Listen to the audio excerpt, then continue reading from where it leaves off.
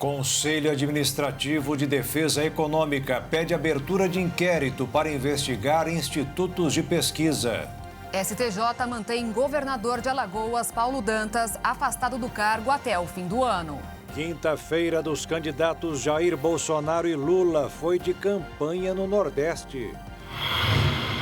Jovem inocente fica 1 ano preso no Tocantins e morre pouco antes de chegar à ordem de liberdade.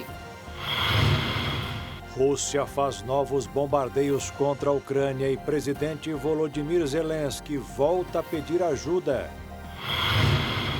Previsão no Brasil é da abertura de 700 mil novos empregos temporários até o fim do ano. Economia do país deverá faturar R$ 1,5 bilhão com a Copa do Mundo. E enquanto os jogos não começam, a alternativa é apreciar as cataratas do Iguaçu, com volume recorde na vazão de água. Agora no Jornal das 22.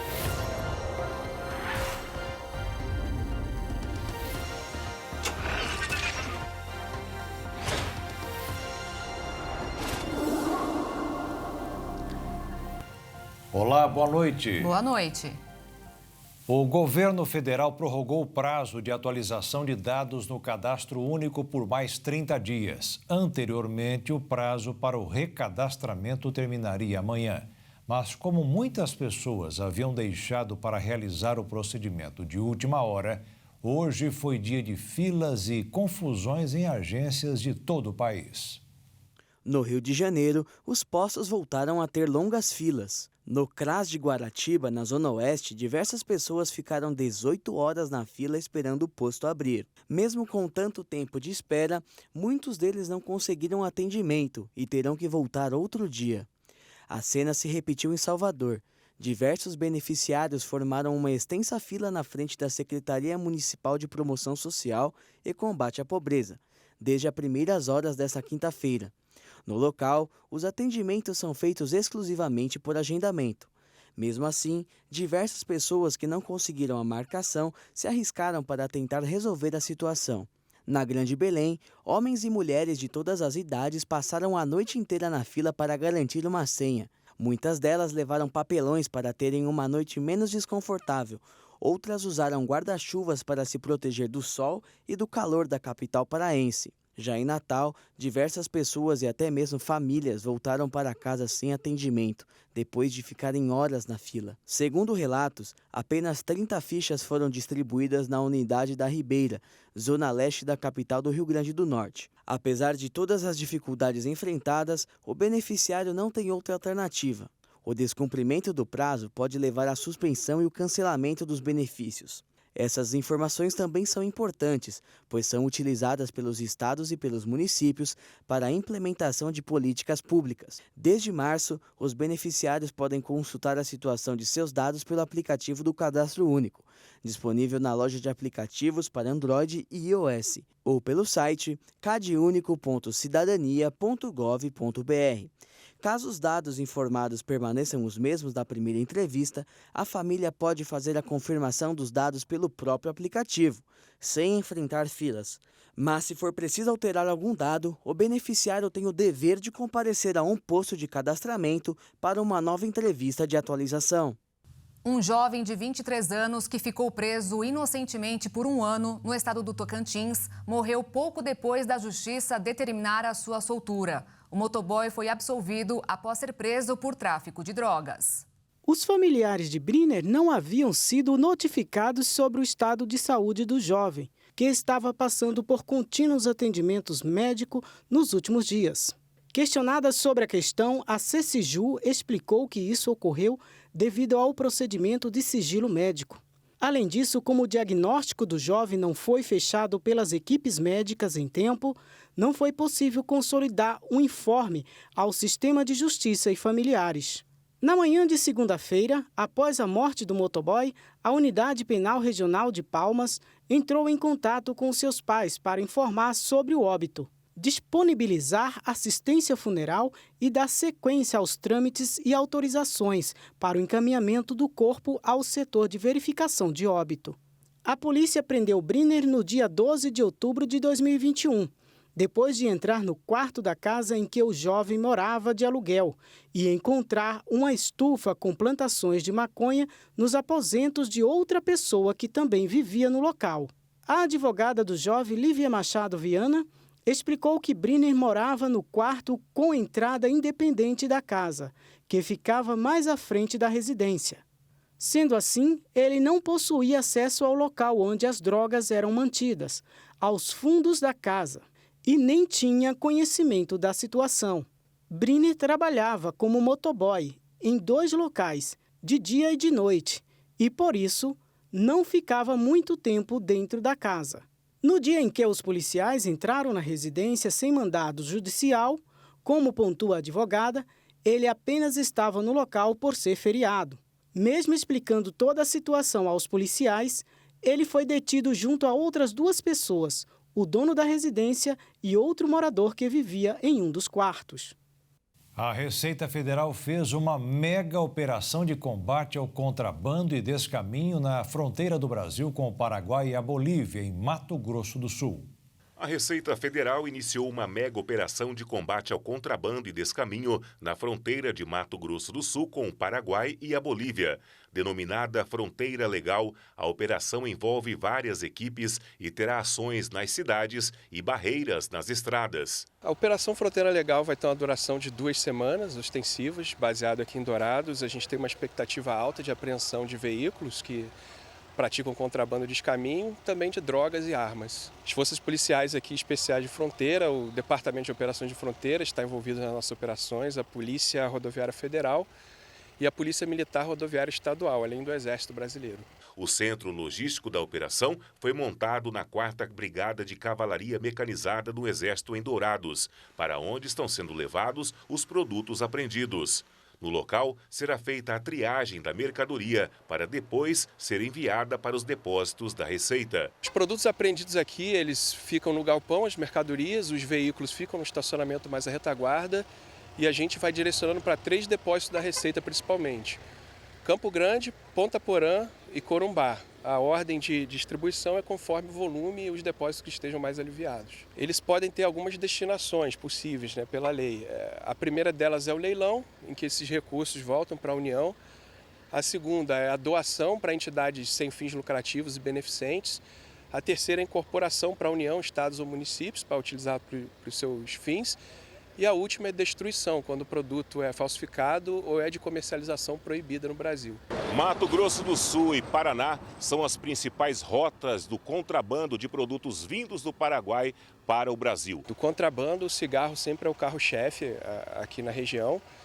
Na verdade, nos últimos anos a gente percebeu uma migração muito grande do Paraná para o sul do Mato Grosso do Sul, até ali a região de Ponta Porã. A gente pode estimar que cerca de 90% do cigarro contrabandeado do Paraguai entra por esse eixo. Essa é a segunda mega operação realizada. Em 2021, foram muitas apreensões, inclusive de veículos utilizados para o contrabando. A primeira edição dessa operação foi ano passado, em setembro. A gente conseguiu apreender aí nas 2 semanas 170 veículos, 35 milhões de reais em mercadorias. Fizemos mandado de busca e apreensão em 2 hotéis na Vila Vargas, que funcionavam como, na verdade, depósito de ilícitos, E também houve um prejuízo ao crime organizado, a ordem de 140 milhões de reais em apreensão de drogas. Desde o início do ano, mais de 700 pessoas morreram em decorrência de meningite em todo o país. Até o final do mês passado, foram registrados mais de 5.800 casos, com 707 mortes pela doença em todo o país. Os números correspondem a quase 90% do que aconteceu em todo o ano passado, quando quase 6.000 pessoas foram contaminadas e 800 morreram. A única forma de deter a doença é através da vacinação. Vários estados como São Paulo, Bahia, Espírito Santo, Rio de Janeiro e Minas Gerais notificaram aumento nos casos nas últimas semanas.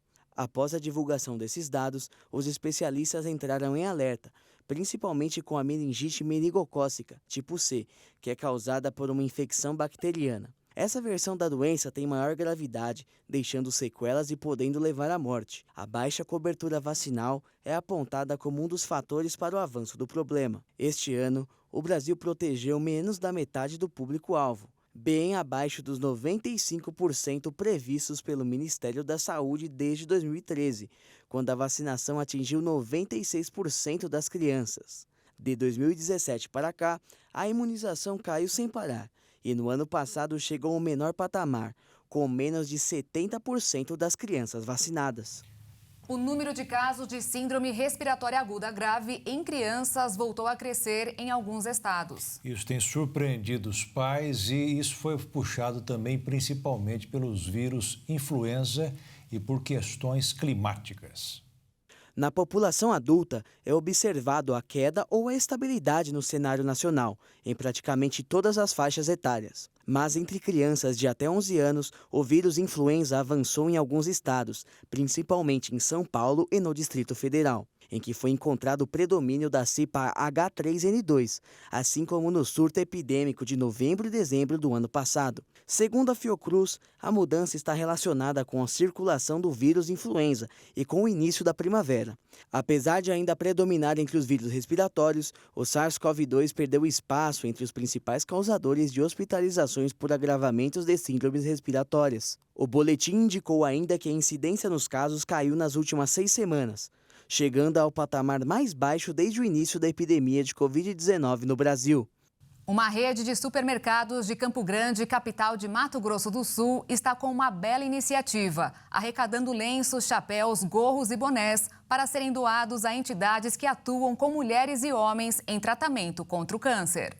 Os lenços serão doados para mulheres em tratamento contra o câncer. Uma iniciativa da Dona Rosa, cliente antiga da rede de supermercados, que ilustra a campanha. Abraçamos com ela essa causa no primeiro ano, em 2014. Foi um sucesso, arrecadamos quase 600 lenços, né? E de lá para cá, a campanha ela só vem se estendendo. Dona Rosa faleceu em 2016, aos 66 anos, depois de lutar por 3 anos contra a doença. Mas a iniciativa dela se perpetuou e a cada ano as doações aumentam. Tem anos que a gente arrecada 500, tem anos que a gente arrecada 450, 430, mas é sempre daí para cima, porque é uma causa que a gente envolve sentimento. Faça a sua doação e ajude a elevar a autoestima das pessoas que estão em tratamento. E mesmo que não esteja com a caixa, com o banner, e as pessoas estiverem passando pela unidade e quiser deixar, pode deixar, que as nossas atendentes estão preparadas para receber e depois elas direcionam para a gente no final da campanha para contribuir para os hospitais e instituições da cidade. E veja a seguir, previsão no Brasil é da abertura de 700 mil novos empregos temporários até o fim do ano. E o país deverá faturar R$1,5 bilhão com a Copa do Mundo.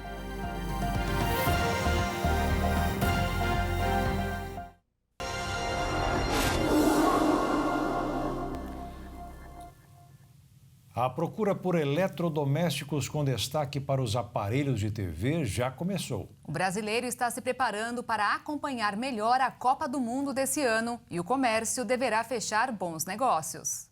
A procura por aparelhos de TV tem movimentado o comércio brasileiro. Pesquisa da Confederação Nacional do Comércio, CNC, estima que a Copa do Mundo deverá girar R$1,5 bilhão no país.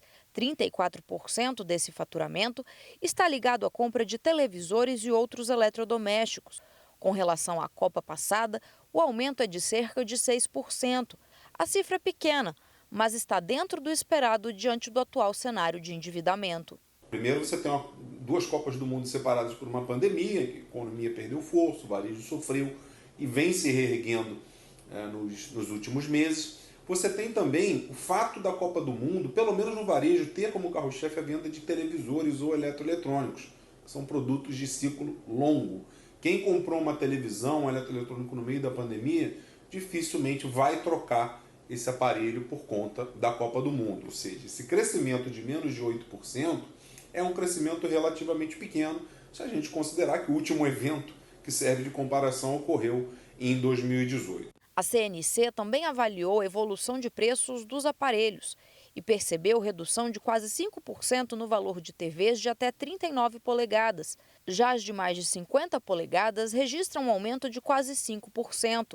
E as consultas de preços de aparelhos de TVs já começaram especialmente pela internet. As buscas online aumentaram 6,7%, mas a compra efetivamente deve ficar para o mês que vem.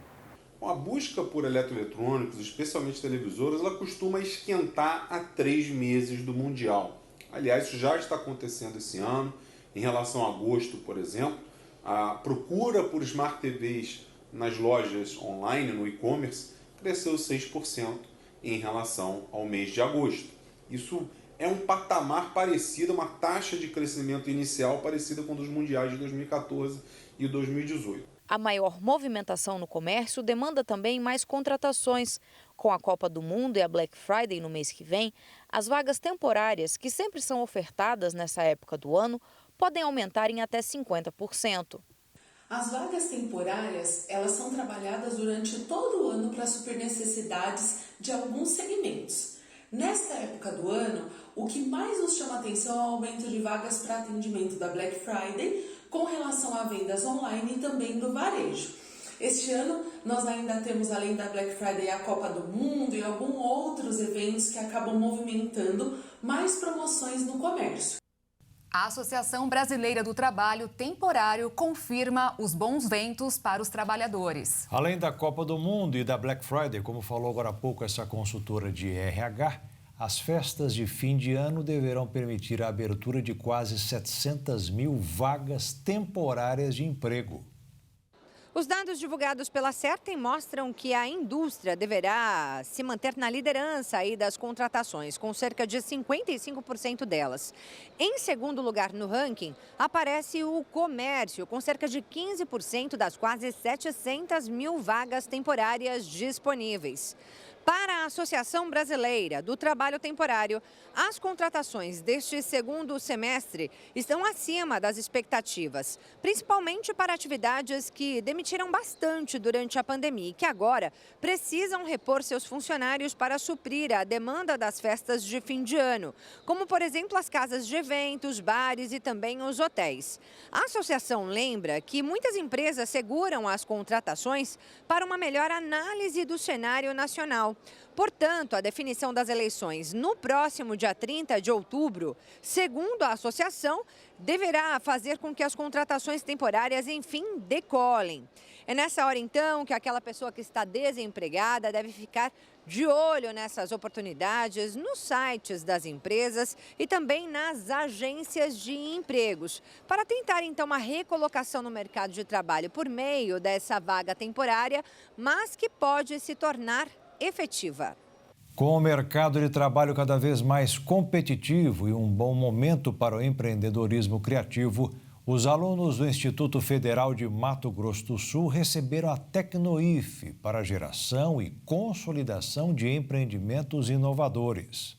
Empreendedor é aquele que inicia algo novo, que vê o que ninguém vê. É aquele que realiza antes, que sai da área do sonho, do desejo e parte para a ação. Trabalhar com empreendedorismo e criatividade pode parecer um sonho para muitas pessoas, mas exige, além de uma mente criativa, habilidades para transformar suas ideias em negócios rentáveis. E o IFMS, Instituto Federal de Mato Grosso do Sul, Campos Dourados, sabe disso e inaugurou a Tecnoif, incubadora mista e social de empresas, que é um agente facilitador do processo de geração e consolidação do empreendedorismo inovador. A gente entende que esse embrião da criatividade, do empreendedorismo, está dentro do nosso sangue, enquanto brasileiro, enquanto um país de pessoas muito criativas. E um espaço como esse é a oportunidade de mostrar para a comunidade que há um espaço público, gratuito, onde elas possam colocar para fora toda essa potência do empreendedorismo e da inovação que nós temos. Os profissionais e as pessoas que tenham alguma ideia, um desejo de montar a sua empresa, poderão participar dos nossos editais, poderão vir até o Instituto, apresentar as suas ideias e nós teremos uma equipe aqui de professores para poder avaliar. O Instituto Federal de Mato Grosso do Sul possui o espaço da Tecnoif em todas as suas unidades e grandes resultados já são apresentados a cada ano com essa iniciativa. Desde 2017, nós já pré-incubamos mais de 110 projetos de negócio. Hoje nós temos 2 projetos de empresa, temos projetos que estão em editais do governo do estado e conseguiram aportes financeiros de empreendedores e o nosso objetivo é, com certeza, levar negócios que sejam sustentáveis e escaláveis para o mercado. Ela é mista porque ela atua tanto com projetos da economia tradicional, como também projetos de base tecnológica. E ela também é social, porque ela trabalha com negócios de inovações sociais, né, que promovam impacto na sociedade. Com o mercado de trabalho cada vez mais competitivo e um bom momento para o empreendedorismo criativo, os alunos do Instituto Federal terão em mãos a oportunidade de criar não apenas um negócio, mas o próprio futuro empreendedor. Vai impactar no sentido de ajudá-los a abrir suas mentes, né, o mindset, né, ou seja, mudar e pensar o seguinte: não tem oportunidade de trabalho lá fora para todo mundo, né? Então, por que não empreender? Tornar-se dono do seu próprio negócio, né? Então, aqui ele tem um espaço onde ele pode ser criativo, inovador, né? Buscar por meio de metodologias que a gente trabalha aqui, fazer com que ele comece a pensar fora da casinha. A Tecnoif tem como objetivos capacitar os estudantes na identificação de oportunidades de mercado, orientar no planejamento e início do desenvolvimento de seus projetos, fornecer a oportunidade de formação empreendedora e empresarial por meio de parceiros, incentivar a criação de empresas com produtos, serviços ou processos inovadores, aproximar o meio acadêmico do mercado de trabalho. A ideia é, assim, por meio de pitch, né, a gente treina eles com a apresentação do negócio, para entender o negócio, tá? Modelagem desse negócio, e por meio dessa aprendizagem, eles podem desenvolver pitches que possam vender a ideia do seu negócio para essa comunidade, né? Então, tentando atrair investidores para esse tipo de negócio. A venda de motocicletas aumentou mais de 28% no mês passado e hoje os fabricantes estão com uma fila de 100 mil pessoas esperando veículos novos para comprar. Mas pelo andar da carruagem ou das motos, não será possível atender os pedidos até o fim do ano. Em setembro, saíram 139 mil unidades do Polo Industrial de Manaus. O maior volume para o mês dos últimos 9 anos. É quase o mesmo número que está faltando para dar conta das encomendas. Mas faltam apenas 3 meses para acabar o ano e dezembro é o período de férias coletivas. Por isso, não será possível entregar todos os pedidos. Segundo a Abraciclo, que é a entidade que representa o setor, o brasileiro passou a comprar mais motos por 2 motivos. Para trabalhar no serviço de entrega de mercadorias, que aumentou sem parar desde a pandemia, ou para o transporte individual, que é mais barato que o de automóveis, táxis ou aplicativos. A perspectiva de produção até o fim do ano é de mais de 1.400.000 de novas motos. A inflação nos Estados Unidos continua alta, de 8,2% no período de 12 meses, mas perdeu fôlego, o que garantiu menos agitação no mercado financeiro, como no dólar, que terminou o dia estável, com uma alta próxima de zero, cotado em R$ 5,27 na venda. E a Bolsa de Valores fechou em queda de 0,46% aos 114.300 pontos. Os golpes com moedas digitais ou criptomoedas bateram recorde. Este ano já foram hackeados nada menos do que 3 bilhões de dólares das contas, o que representa quase 16 bilhões de reais. A criptomoeda foi criada em 2008 com o objetivo de acabar com o dinheiro de papel. A primeira e mais famosa é a Bitcoin. Cada moeda tem um valor diferente da outra, mas a cotação sempre é baseada em dólares. Todas as transações são feitas em um mundo virtual, sem bancos, e cada vez que alguém tenta fazer uma transferência, vários computadores são conectados ao redor do mundo para autorizar o negócio. Esse processo costuma demorar cerca de 10 minutos. Só que é aí que começa o problema, porque é a hora que os hackers consideram ideal para tentar entrar no ambiente regido por algoritmos. Muitos conseguem. 2 grandes ataques abalaram o setor de cripto nos últimos dias. Um deles foi uma invasão na qual um hacker roubou cerca de 100 milhões de dólares. O criminoso simplesmente eliminou os depositantes na plataforma.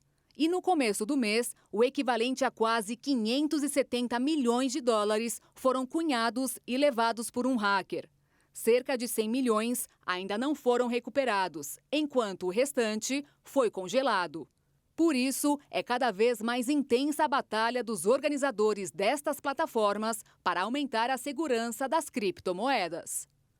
Quem continua fazendo sucesso no mercado é o bilionário Elon Musk, que agora está investindo em perfume. O que o burnt hair, que significa cabelo queimado, faturou em poucos dias, deverá financiar a compra do Twitter.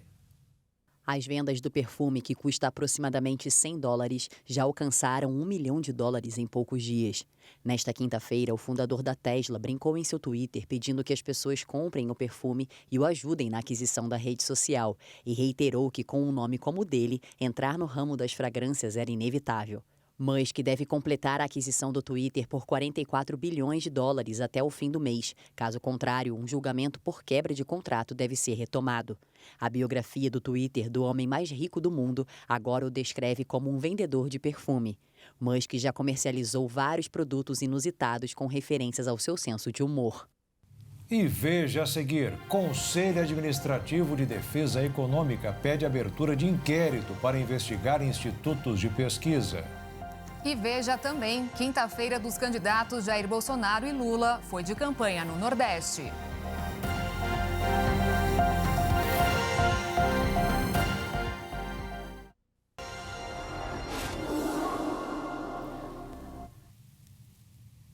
Nesta quinta-feira, os dois candidatos à presidência da República cumpriram a agenda no Nordeste. Mais detalhes com Jaqueline Fonseca. Luiz Inácio Lula da Silva esteve em Aracaju, capital de Sergipe, onde participou de um ato com o candidato ao governo, o senador Rogério Carvalho. Lula fez um discurso onde destacou que a prioridade do governo é a geração de emprego e o combate à fome. Também apresentou um balanço das ações do PT enquanto era presidente da República em prol do Nordeste. No período da tarde, Lula participou de uma caminhada em Maceió, ao lado do governador Paulo Dantas, do MDB. Já o presidente da República, Jair Bolsonaro, candidato à reeleição pelo PL, esteve em Recife, capital de Pernambuco, onde se reuniu com líderes evangélicos. Bolsonaro falou sobre o combate à pandemia e destacou a formação de uma equipe técnica à frente dos ministérios. À tarde, participou de um ato público ao lado do ex-ministro do Turismo, Gilson Machado.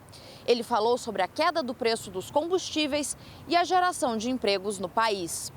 De Brasília, Jaqueline Fonseca. A Corte Especial do Superior Tribunal de Justiça validou o afastamento do governador de Alagoas, Paulo Dantas, do MDB. Por 10-2, os ministros referendaram a decisão da ministra Laurita Vaz, que retirou o chefe do Executivo alagoano do cargo na terça-feira. Os ministros reduziram o período de afastamento de 180 dias para até o dia 31 de dezembro deste ano.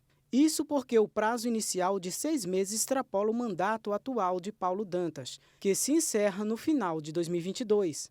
A decisão não afeta a sua candidatura à reeleição.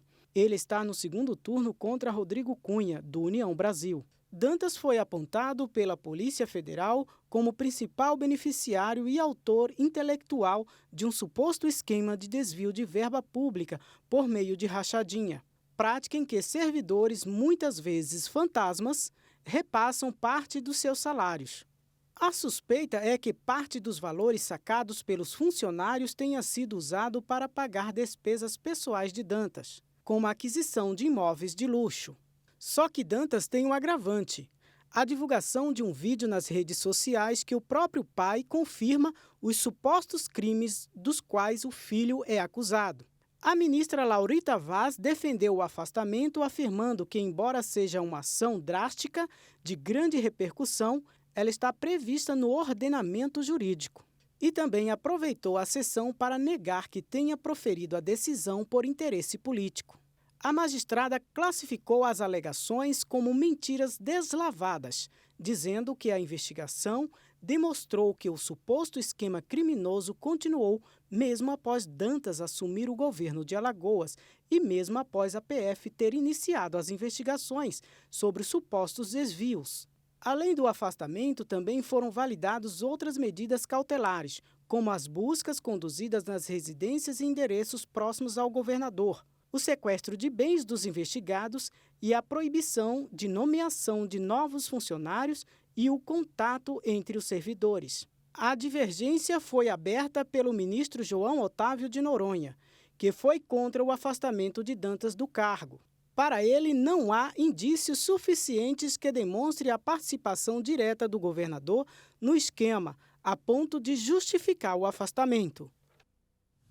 Após a Corte Especial do STJ decidir manter o afastamento de Paulo Dantas, do MDB, do cargo de governador de Alagoas, em sessão realizada hoje, o candidato à reeleição do Estado divulgou uma nota em que diz respeitar a decisão judicial, embora discorde de como o processo tem sido conduzido. O número de abstenções no segundo turno poderá ser decisivo para a escolha dos próximos governantes. De acordo com dados do TSE, a quantidade de pessoas que deixaram de comparecer às sessões eleitorais no primeiro turno foi a maior dos últimos 24 anos. Nesta eleição, as abstenções no país chegaram à marca de 20,9% dos eleitores aptos a votar. Esse é o maior índice para um primeiro turno desde o pleito de 1998, quando foram registrados 20,33% dos eleitores ausentes. Em números absolutos, as abstenções corresponderam a cerca de 32 milhões e 700 mil eleitores. E a tendência é esse número aumentar. Isso porque, historicamente, a abstenção no segundo turno tende a ser maior do que no primeiro. Nas eleições de 2018, a taxa subiu de 20,3% dos eleitores no primeiro turno para 21,3%, um ponto percentual a mais. A análise dos dados também mostra que mais da metade das ausências registradas foram de pessoas que completaram, no máximo, o ensino fundamental. E esse grupo representa 40% do eleitorado. Entre aqueles que apenas leem e escrevem, a abstenção foi de 31,38%. Para os eleitores com ensino fundamental incompleto, foi de 23,85%.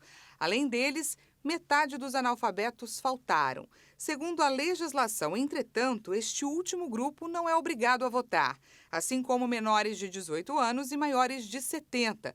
Por outro lado, o impacto da abstenção foi menor entre os mais escolarizados. 11% dos brasileiros com diploma de ensino superior faltaram. O Conselho Administrativo de Defesa Econômica abriu inquérito administrativo para investigar os institutos de pesquisa. Segundo o presidente do CAD, Alexandre Cordeiro, os institutos erraram de maneira semelhante, o que pode significar que houve conduta coordenada, o que é crime. De acordo com a representação feita no Conselho, ocorreram erros na apresentação dos resultados, tendo em vista a discrepância do que apontavam as pesquisas de opinião e o resultado das urnas. O documento elaborado pelo CAD para determinar a abertura de investigação mostra indícios de que os resultados não se tratem de erros casuais, mas sim de ações com o Instituto de gerar impacto no mercado financeiro. Durante a campanha eleitoral, os principais institutos de pesquisa anunciaram resultados muito diferentes na disputa presidencial do que aqueles verificados nas urnas de votação. O Datafolha e o IPEC davam menos de 40% de índice de votos para o presidente da República, Jair Bolsonaro, candidato à reeleição que teve 43,2% ao final da apuração. Ao mesmo tempo, os dois institutos também apontavam a possibilidade de vitória no primeiro turno de Luiz Inácio Lula da Silva, o que não aconteceu. O presidente ucraniano Volodymyr Zelensky reforçou o pedido de apoio militar a países do Ocidente. Durante o dia, diversas regiões da Rússia foram atacadas com drones de fabricação iraniana, conhecidos como kamikazes. Artefato que tem um alto poder de destruição e causa explosão instantânea quando entra em contato com seus alvos. Durante o aumento dos confrontos, os drones utilizados são do tipo que voam mais baixo que aparatos similares e assim escapam de radares antiaéreos. O governo do Irã, no entanto, nega ter fornecido armamento a Moscou, que também não comentou a utilização do tipo. Nos últimos dias, os bombardeios e ataques russos estão sendo direcionados a essas estruturas. Mais um capítulo da retaliação da Rússia, anunciada pelo próprio presidente Vladimir Putin, após explosões na ponte da Crimeia na semana passada. Ontem, os países do G7 já haviam declarado apoio irrestrito e por tempo indeterminado à Ucrânia. Já os que compõem a OTAN anunciaram que enviarão sistemas de proteção antimíssil à Ucrânia. Inclusive, o conselheiro de segurança do governo russo alertou de uma possível terceira guerra mundial caso a Ucrânia se una à aliança militar do Ocidente. Em certo momento, o presidente ucraniano Volodymyr Zelensky anunciou que havia desistido de ingressar na OTAN, mas no final de setembro surpreendeu ao afirmar que havia formalizado o pedido de adesão emergencial à aliança, postura considerada estratégica, já que aconteceu em um momento em que a Ucrânia conta com apoio militar do Ocidente. E em meio a mais um dia de ataques, o presidente Volodymyr Zelensky fez um novo apelo e pediu que os países ajudem a Ucrânia a se defender, alertando que seu país tem apenas cerca de 10% do que precisa para combater a ofensiva de Moscou. Nas últimas 24 horas, dezenas de cidades e vilas ucranianas foram atingidas por mísseis russos. A cidade portuária de Mykolaiv, no sul, foi bombardeada em massa. Na região, prédios residenciais foram completamente destruídos e diversos carros estavam sob escombros. Moradores da região de Ternopil, no oeste, também relataram explosões. Ainda não se sabe se elas foram causadas por mísseis ou drones kamikazes. Diante dessa situação, o governador empossado pela Rússia da região de Kherson, no sul da Ucrânia, pediu para que os moradores levem seus filhos e saiam do local e também pediu a ajuda de Moscou no transporte de civis para a Rússia, dizendo que as cidades da região foram alvo de ataques com mísseis. E apenas uma correção por um erro cometido. Na verdade, durante o dia, diversas regiões da Ucrânia foram atacadas por drones e não regiões da Rússia, como eu havia dito, e peço desculpas. Enquanto isso, a Coreia do Norte testou nesta quinta-feira 2 mísseis de cruzeiro estratégicos de longo alcance. A imprensa estatal informou nesta quinta-feira que o líder Kim Jong-un saudou a ação como uma demonstração bem-sucedida de sua capacidade de ataque nuclear tático. Kim supervisionou o lançamento dos mísseis que viajaram 2.000 quilômetros sobre o mar e disse que a esfera operacional das forças nucleares estratégicas deveria ser ampliada. Desde o final de setembro, a Coreia do Norte realizou uma série de testes de armas que agravaram as tensões. O Ocidente teme que o país realize o primeiro teste nuclear desde 2017. Pyongyang anunciou esta semana que os testes incluíram exercícios táticos nucleares para simular um ataque ao sul. O líder norte-coreano está buscando armas nucleares menores e mais leves que possam ser usadas no campo de batalha. Seul, Tóquio e Washington intensificaram os exercícios militares conjuntos, incluindo o envio de um porta-aviões norte-americano movido à energia nuclear, que enfureceu Pyongyang, que viu os exercícios como um ensaio para uma invasão. A agência estatal KCNA afirma que, em resposta, a Coreia do Norte realizou exercícios militares simulando uma guerra real, com exercícios que recriam ataques a portos, aeroportos e instalações de comando militar sul-coreano. E veja a seguir, parque temático inspirado em desenhos infantis será aberto ao público no Japão. E no Brasil, a paisagem das cataratas do Iguaçu é de uma vazão de água 11 vezes maior do que o normal.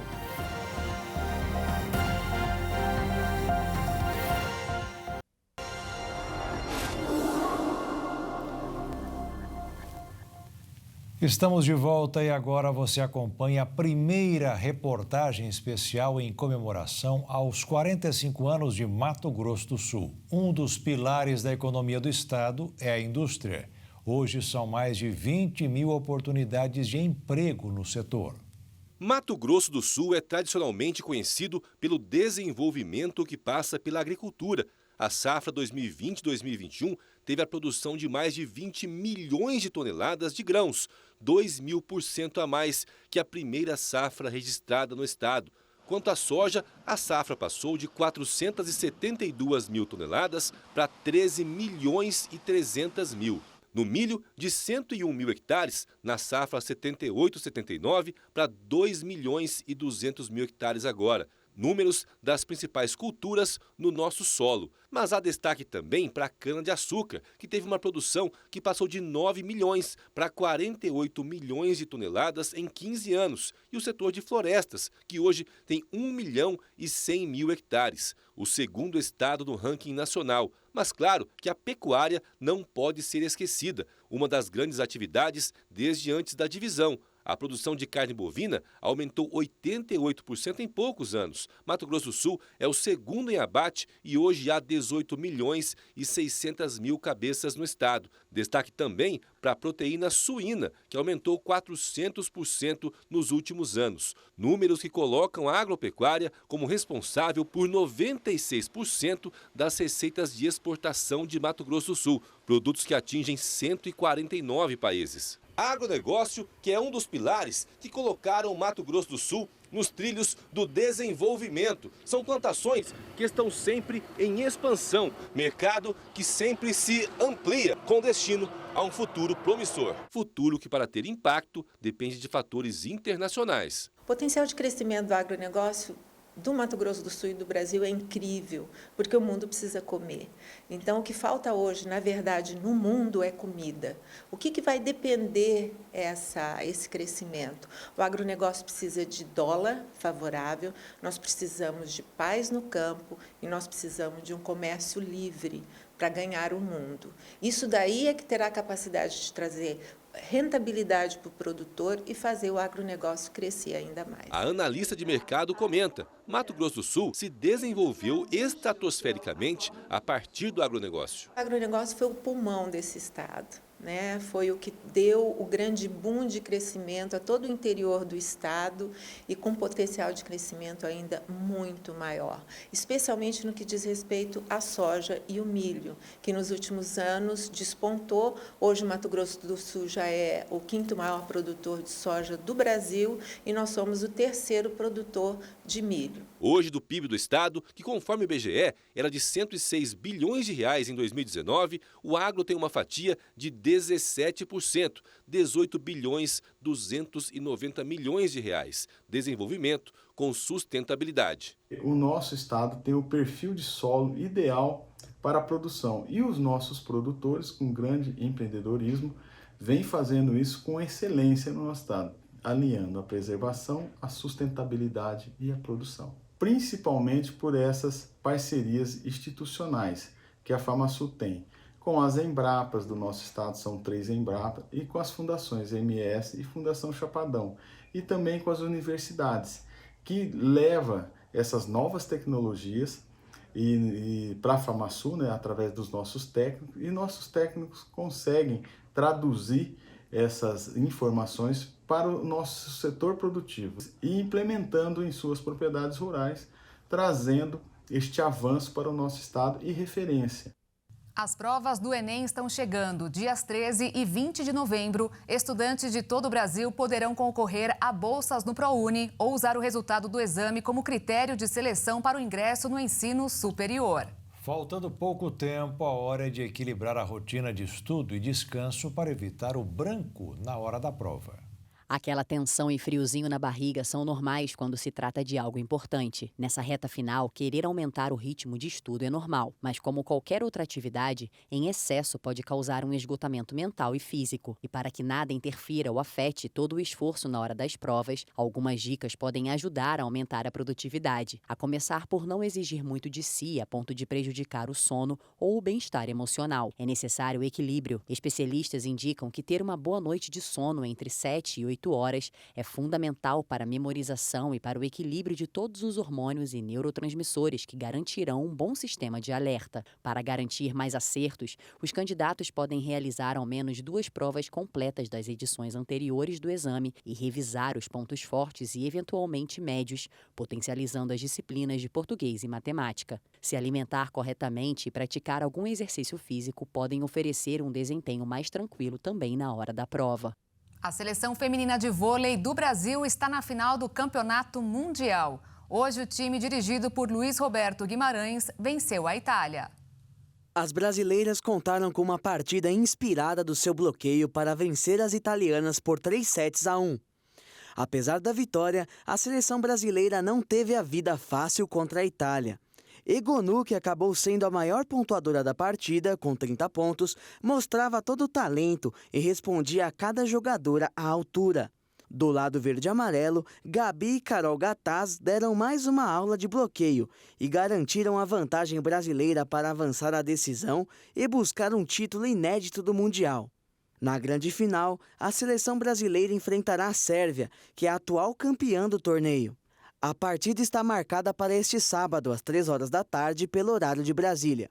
A disputa do bronze será entre Estados Unidos e Itália. Também será no sábado, só que às 11h, pelo horário de Brasília. A expectativa de crescimento do turismo no Brasil foi revisada para cima neste ano. A tendência é de retomada para atender a demanda reprimida nos últimos anos por causa da pandemia.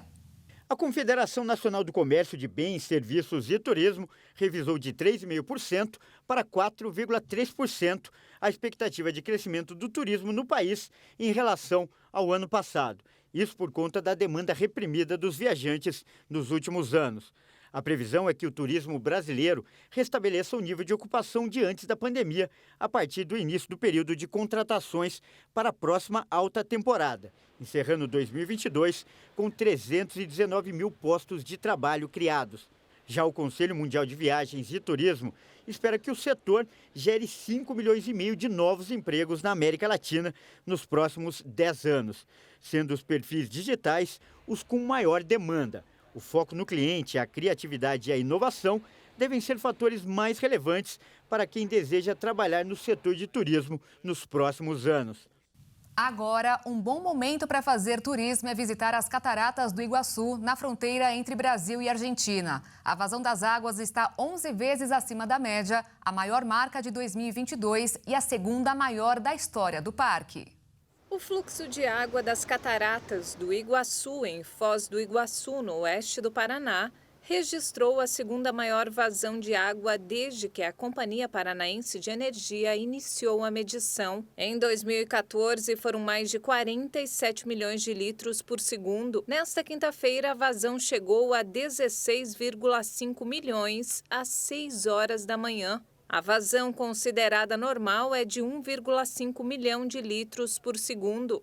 Segundo Emerson Augusto, coordenador de comunicação do parque, isso ocorre após fortes chuvas registradas no estado do Paraná. A situação levou ao fechamento preventivo da passarela que dá acesso à Garganta do Diabo, conjunto de cachoeiras que compõem a principal atração do parque. Devido ao aumento da vazão do Rio Iguaçu, passarelas que ficam no lado argentino já haviam sido fechadas na última terça-feira. No Japão, a novidade para os turistas ainda está sendo preparada, mas há poucas semanas de sua abertura, um parque temático inspirado nas animações de um estúdio japonês apresentou algumas de suas atrações durante uma visita aberta à imprensa. O local, ambientado em clássicos como Meu Amigo Totoro e A Viagem de Chihiro, vai abrir as portas em 1º de novembro na região de Aichi, cerca de 300 quilômetros a oeste de Tóquio. O estúdio Ghibli conversa comigo porque existem cenários que marcaram minha vida. Por exemplo, encontro no parque paisagens que via quando criança. Parece que estão realmente aqui. Acho muito bom poder reviver isso. O terreno ocupa 7 hectares de um imenso parque que sediou a Exposição Universal de 2005. Ao contrário de outras grandes atrações japonesas, como a Tokyo Disneyland, esta vai enfatizar os grandes espaços e o respeito à natureza, onipresente na obra de Ghibli. De crianças a adultos, todos gostam. Acho que é por causa da beleza dos desenhos e das histórias.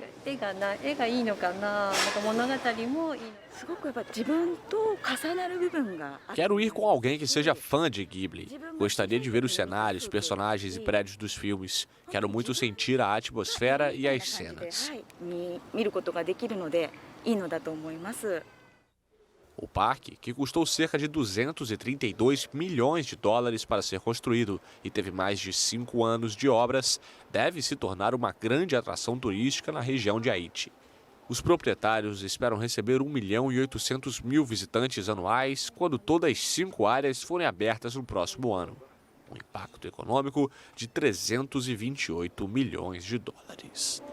E o Jornal das 22 termina aqui. Obrigada pela sua companhia nesta quinta-feira. Um ótimo fim de noite para você e até amanhã. Uma boa noite, fique na paz.